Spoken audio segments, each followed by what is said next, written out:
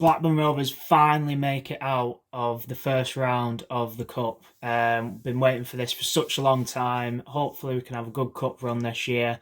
Now let's delve into our 4-0 smashing of Hartlepool next.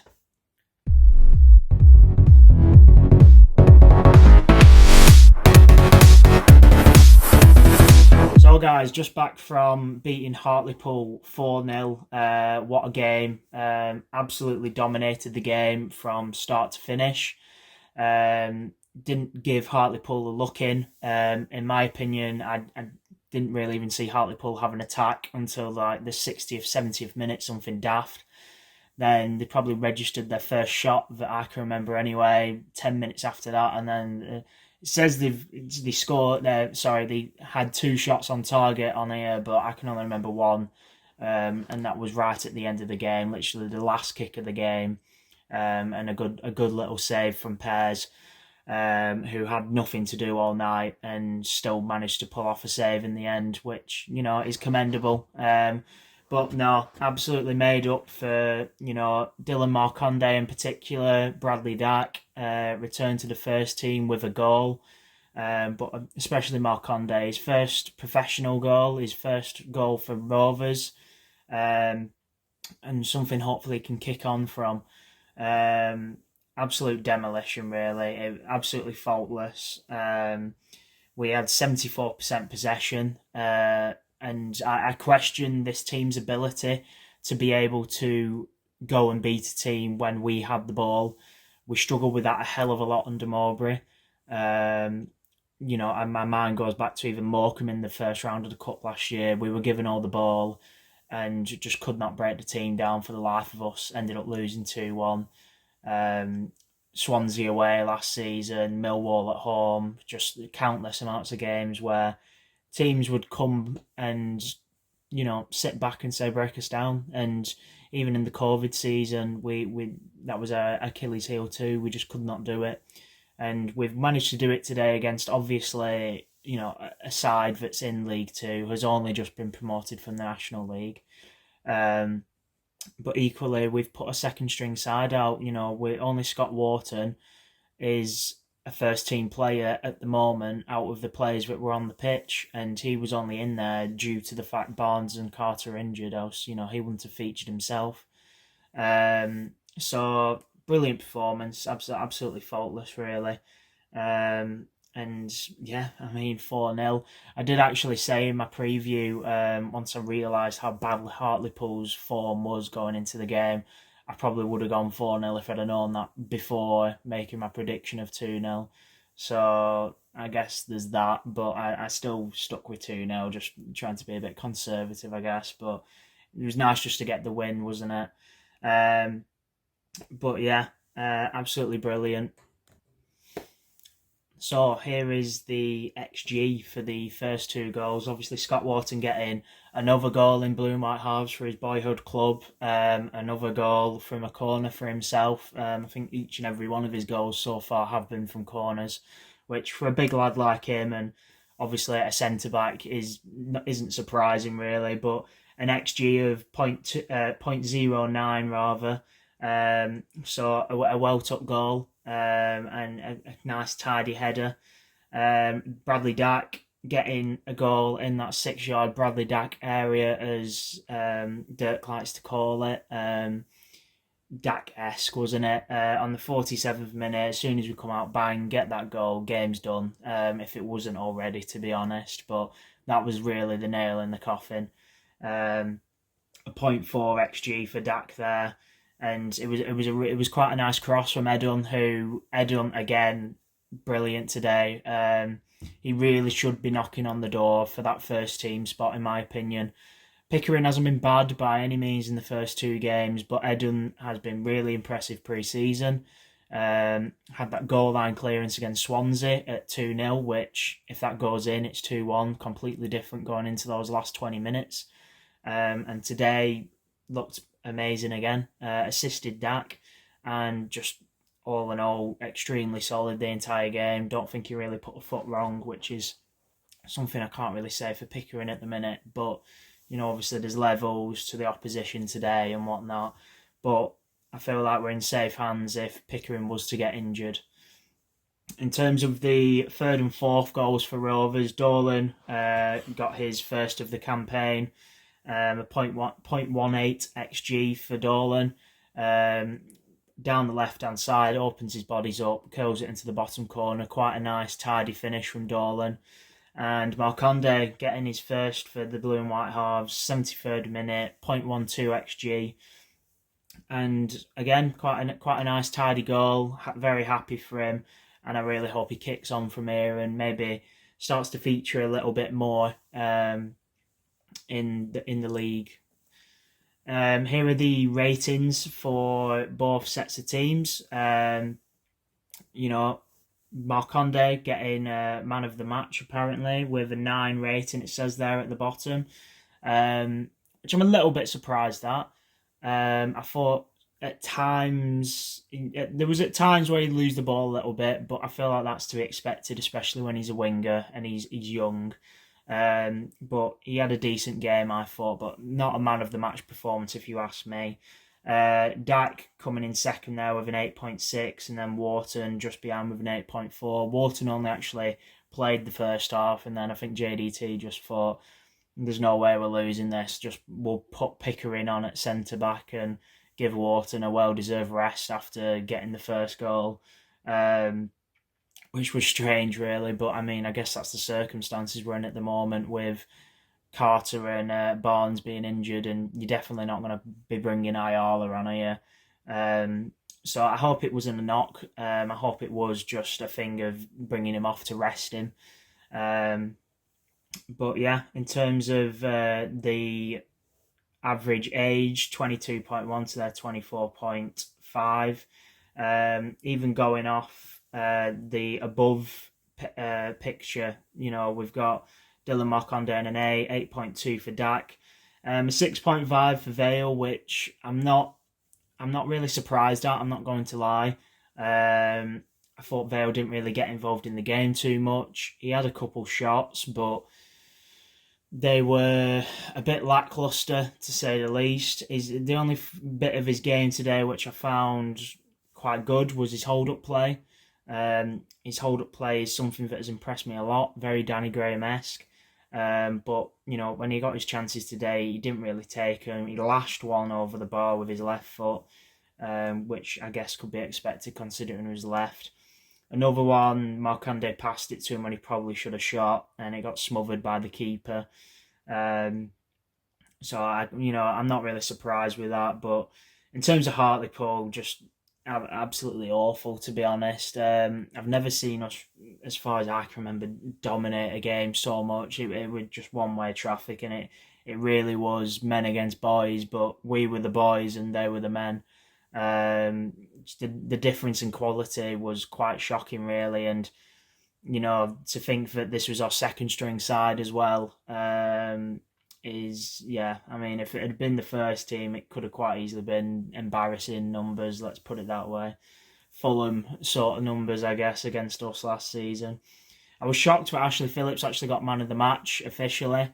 He had a decent game, don't get me wrong. He did quite well against their number 9. Their number 9 was trying to bully him a bit at times, and he weren't having any of it.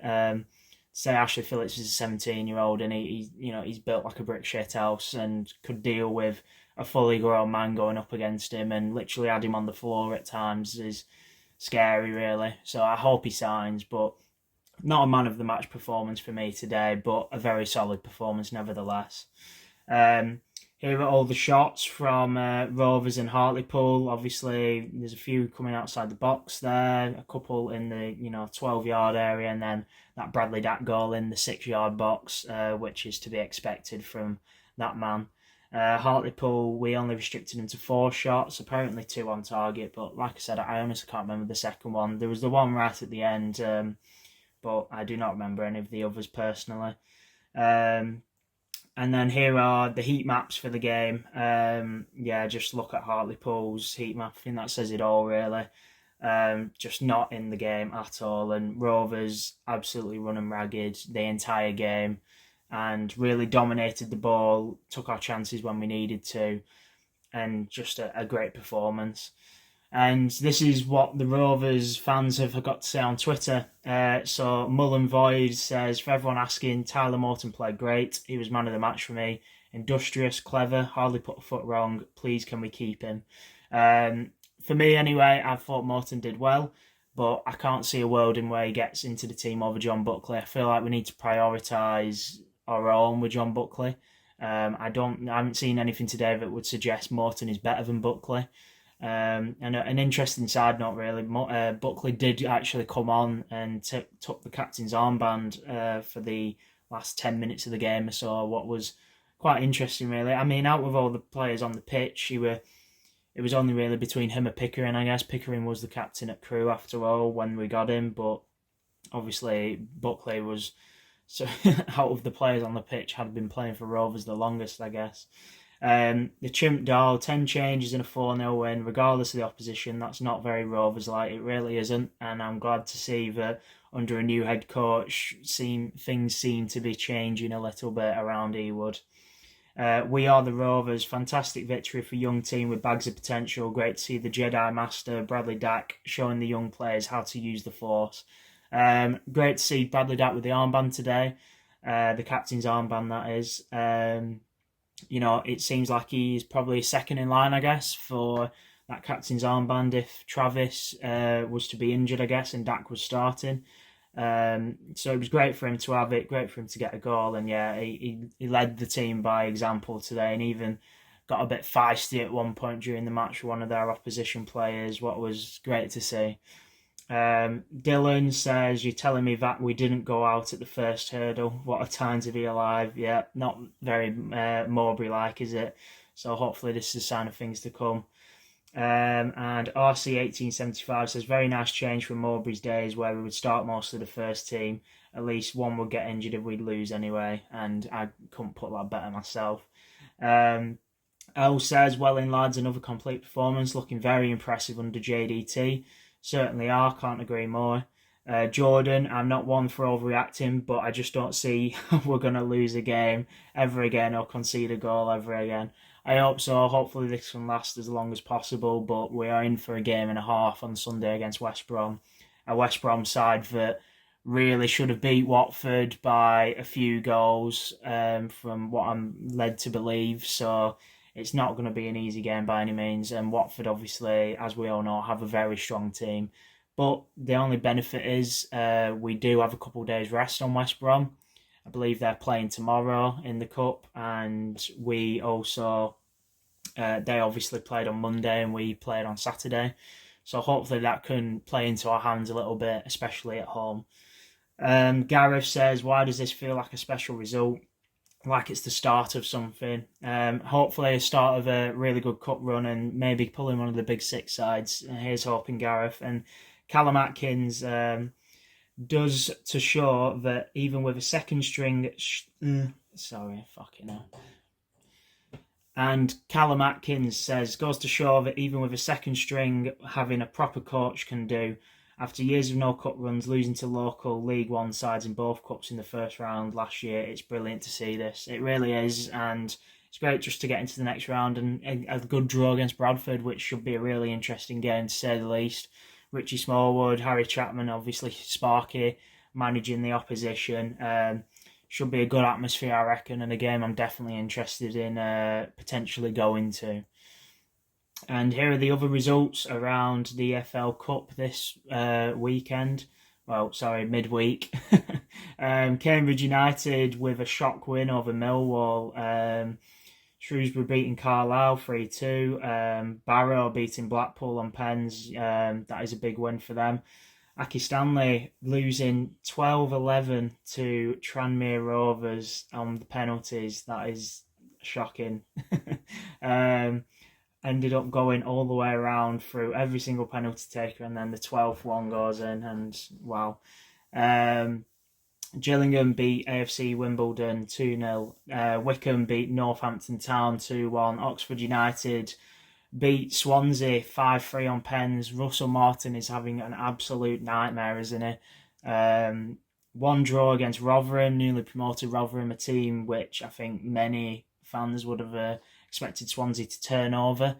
Then we go to their place doing 3-0, and now we've just lost 5-3 on pens to Oxford United after a 2-2 draw. Things definitely need to turn around for him quickly, else I think he'll be shown the door quite soon.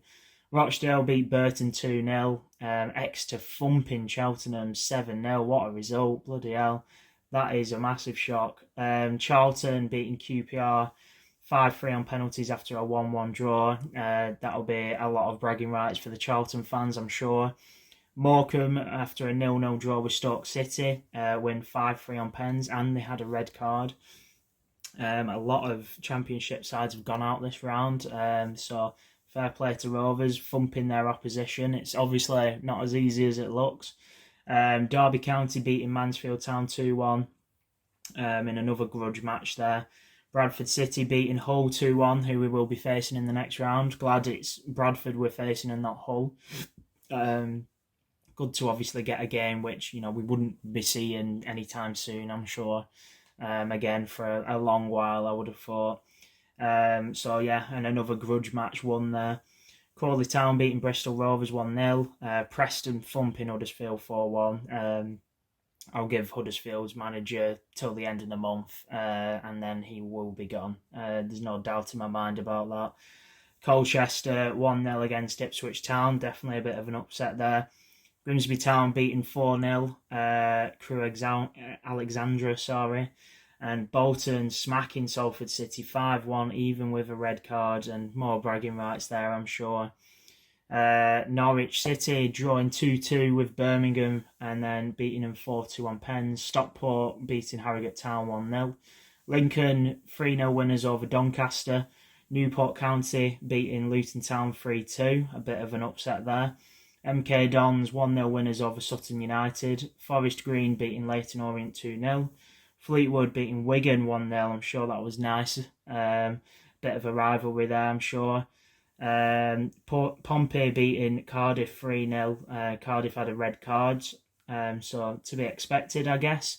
Walsall 2-0 winners over Swindon Town. Reading lose 2-1 to Stevenage, and another upset there. Paul Ince, that's Paul Ince. Bristol City smacking Coventry 4-1. And obviously the best result of the tonight, and probably is, other than that 7-0 before, probably the most impressive result tonight. Blackburn Rovers beating Hartlepool 4-0 in a very comfy game. The Posh beating Plymouth Argyle 2-0. Sheff Wednesday, another Championship team out of the EFL Cup, beating Sunderland 2-0. Rotherham beating Port Vale 2-1, and Barnsley beating Borough 1-0, another Championship side out of the Cup. And then West Brom to play Sheffield United tomorrow, which should be an interesting game to say the least. But it's one of those, isn't it, with the EFL Cup? Obviously, I'm happy we we're into the next round personally. I would love a cup run, so it'd be nice to see that. And we'll have to see, hopefully we can get past Bradford, who we obviously have next in the Cup.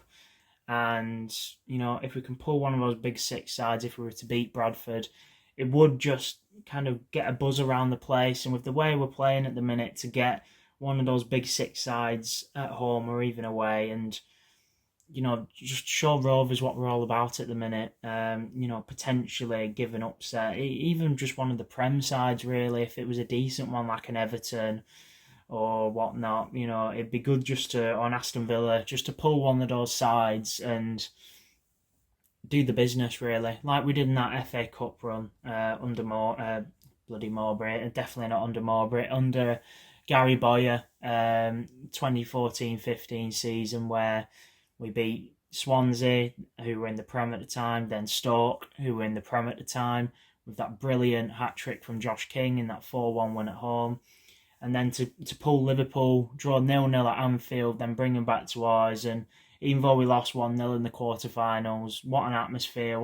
Probably the best experience I've had being a Rovers fan for nearly a decade now. And, there hasn't been too many good times around the club, obviously. There was obviously the League One season, which were obviously good times. But, that cup run was one of few, really. And, it was good. It was good just to kind of be recognised again and get back on the map, I guess. So it'd be good to do that for sure, and hopefully we can, beat Bradford, which we're expected to do. Won't be easy going to Bradford's ground, and I'm sure they'll be up for it. But it's a game we should be winning, and then hopefully we can get one of the big boys in the next round. So cheers for watching, guys. Very happy with that result. Tell me what you think in the comments down below. Another bit of footage from myself. I've done a vlog for the game, so if you're interested in that, make sure to keep your eyes on the channel and give that a watch if you're interested. Many goals and many scenes to kind of see out of the few thousand fans that were there celebrating the goals today. But yeah, cheers for watching, guys, and I hope you enjoyed, and I'll see you later.